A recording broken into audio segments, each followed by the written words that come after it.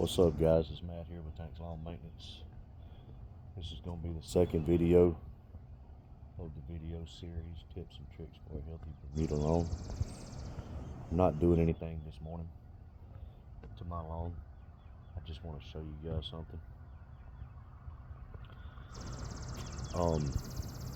Back in April, or the beginning of April, is when I really started putting pouring the coals through my lawn. You know, I had a weed and fertilizer program started last summer. A company, if you're in the Augusta, Georgia area, a company called Matthews Turf Management. They do an absolutely amazing job, and they are reasonably priced. And they do such a good job that I actually have them on my Google profile referring customers to them, because a lot of people like to call me and ask me if I do weed and fertilizer, and I don't, so I refer everybody to them.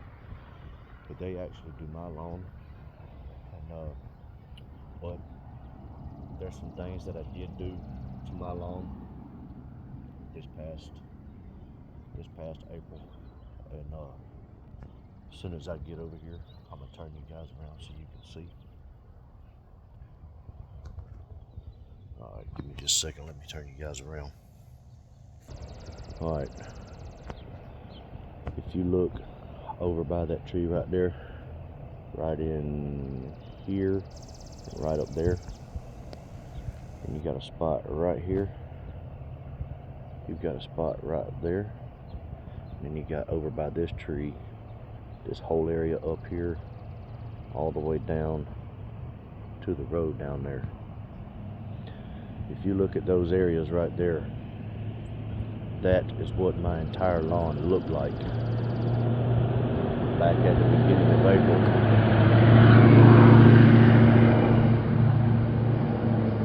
Sorry guys, there was a F-350 just drove past me, and I knew y'all wasn't going to be able to hear me. I couldn't even hear myself think. But back at the beginning of April, that is what my entire lawn looked like, because I just didn't have time to get out here and fool with my lawn. And I really started pushing it. I had a lot of bare spots. I really started pushing it, started watering it every day, 15 minutes a zone. And then I started mowing this property at 1.5 inches every 3 days. And you know, my lawn is still thin in a few places right out here where the sun is, but just give it another month and it will actually fill in. But it just goes to show you that if you do small things, you know, stuff that really doesn't cost you a whole lot of money, it'll be a little bit extra on your water bill every month, and you'll have to get out here and do a little bit of work. If you have a company mowing your lawn, you know, if they're doing it weekly, come out here in between cuts and mow it, just to make sure you're getting it cut every 4 or 5 days. I'm cutting mine every 3 days. But try to mow it as low as you possibly can without scalping it. And for me, the lowest I can go is 1.5 inches with my mowing. Whenever I scalp it, I go borrow my mom's lawn mower, and I actually mow it down to about 3/4 of an inch. But you can see right over here in this area, there's a lot of roots coming off of this maple tree, and there's a lot of shade on the ground caused by this maple tree. Give me just a second, guys. Get you guys turned around. But yeah, that's really all I've done. You know, I hired Matthews Turf Management to come out here and spray my lawn, treat my lawn, and he comes out 8 times a year. And for the size of my property, I want to say it's $54 per service, and it is weed control and fertilizer, and he also does fire ant treatments too. But turn you around again, you can see right over here by the cross that that's actually caused by my kid. My kids always park on the road right there. In fact, one of their cars is over there. But you can see right here, they walk right through here every single morning, and it's kind of like a cattle trail. They've got it beaten down, and there's bare spots. but that is slowly but surely coming back. And it's only been 2.5, sorry, a little over 2 months, not 2.5 months, but it's been almost 2.5 months. And it is starting to show some improvement. And I notice with each time that I mow my lawn that it's a little bit thicker, and I'm having more stolons in the areas where there was bare spots, and that's what you want. But this weekend, I don't know if I'm gonna have time or not this weekend, because we got rained out yesterday in my business, so it's gonna be a very long day today, and we're gonna try to get caught up.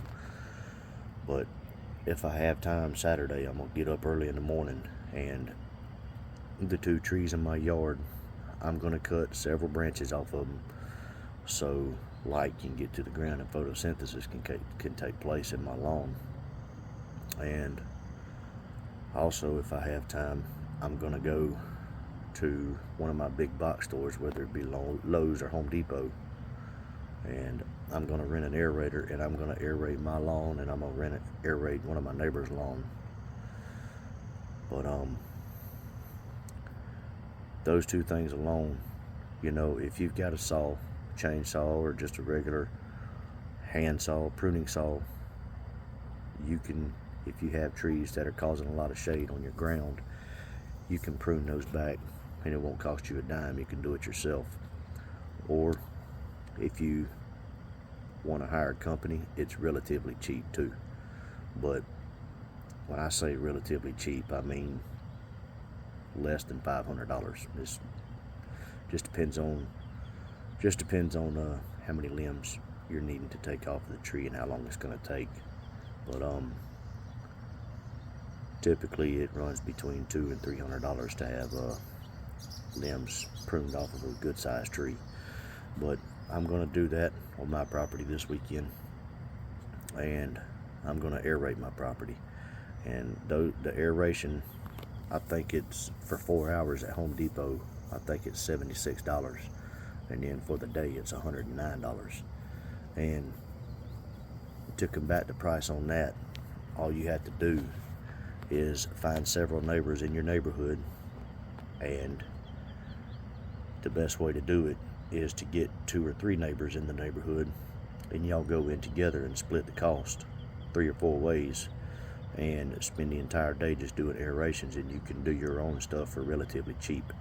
Now, it is tough work, I'm not going to lie. Those aerators are cheap and they're very cumbersome, but it's worth it.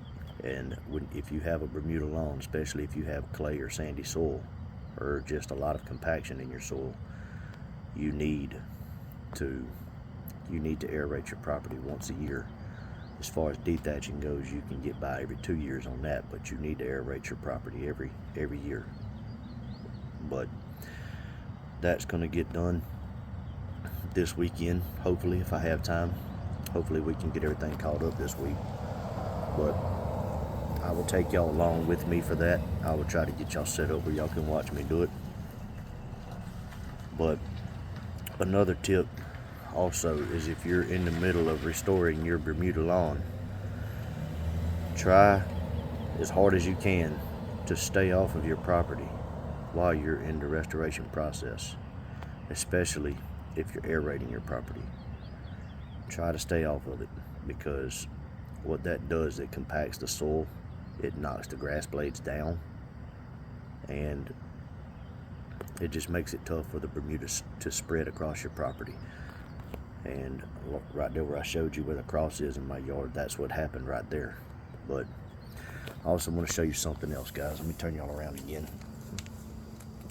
If you look right through here, that is actually a spot.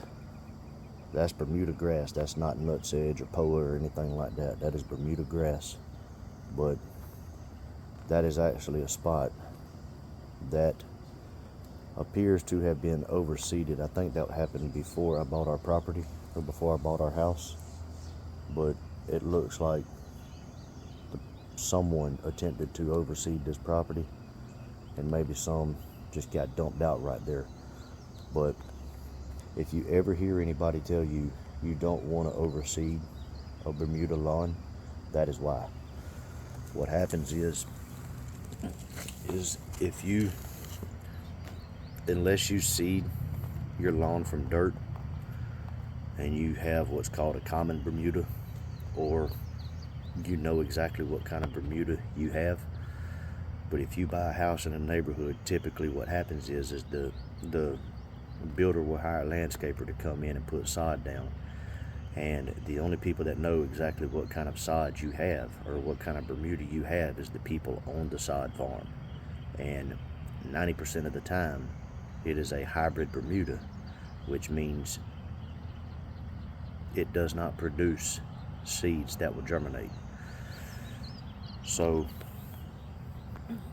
you don't want to overseed your Bermuda, because that's what happens. It turns a completely different color. You'll have patches of light green or dark green in your lawn, and it just looks different.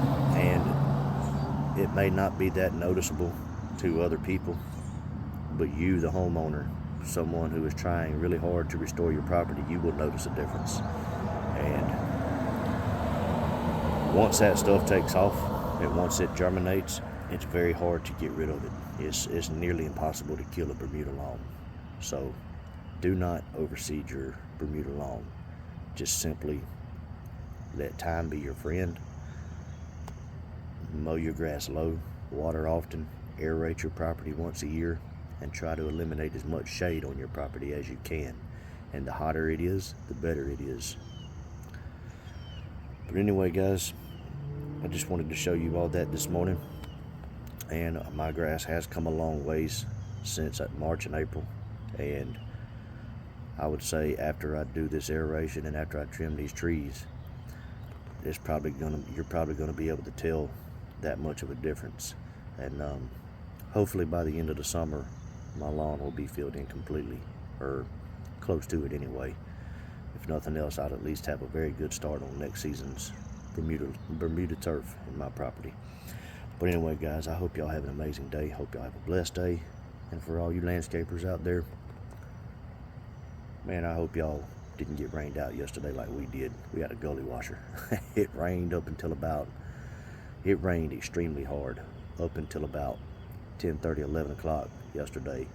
And me and my employee we just had stuff we had to do in the afternoon, and there was no way we were fixing to start mowing it at noon yesterday.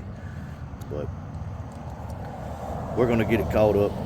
We've got 22 on the list today, and then I think we've got 13 or either 14 on the list tomorrow. But after tomorrow, we should be caught up. But we're going to keep our heads up, and we're going to push through, man. This is part of it. But anyway, guys, I hope y'all have a blessed day, and I hope y'all have an amazing week. I'm going to hop off here and get ready to hit the road. But until the next one, y'all keep cutting that grass and keep making that money. Holler at y'all. Bye.